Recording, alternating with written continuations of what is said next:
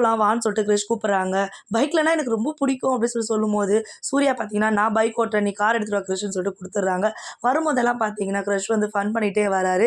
வீட்டுக்கு வந்துட்டு பாட்டிக்கிட்ட சொல்றாரு, இந்த மாரி பாருங்க பாட்டி பைக்ல வரேன்னு சொல்லிட்டு சொல்றா. ஊர் உலகம் என்ன சொல்லும் தப்பா? எதுக்குப்பா ஊர் உலகம் எத சொல்ல போது? அவங்க மனசுல எதுவும் இல்ல. நம்ம மகாவும் நல்ல பிள்ளை அப்படின்னு சொல்லி இது பண்றாங்க.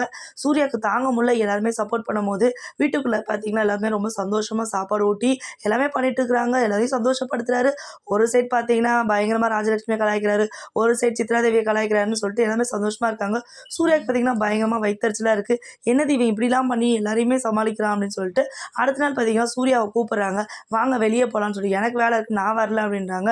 அப்புறம் பார்த்தீங்கன்னா, கிரிஷ் கிளம்பி வராரு. நான் கிரிஷ் கூட போறேன் அப்படின்னு சொல்றாங்க.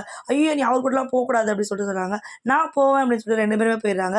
பின்னாடி பார்த்தீங்கன்னா, சூர்யா அந்த ஷாப்பிங் மால்ல போய் ஆளா நிப்பாரு. என்னங்க இப்பதான் வரமாட்டேங்குது. இல்ல ஒரு கிளையண்ட்ட பார்க்கறதுக்காக வந்தேன். அப்படியே சரி உங்கள பார்க்குறேன்.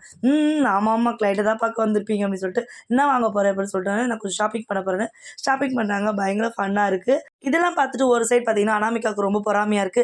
எப்படியாவது இவ சந்தோஷத்த கெடுக்கணும்னு சொல்லிட்டு அந்த சாவிய திருடி அதில இருக்க நகைய வந்து பழி தூக்கி போடணும் அவன் மேலன்னு சொல்லிட்டு, சித்ரா தேவிய ஏவி என்ன பண்றாங்கன்னா, அந்த சாவிய எடுக்க வைக்கிறாங்க.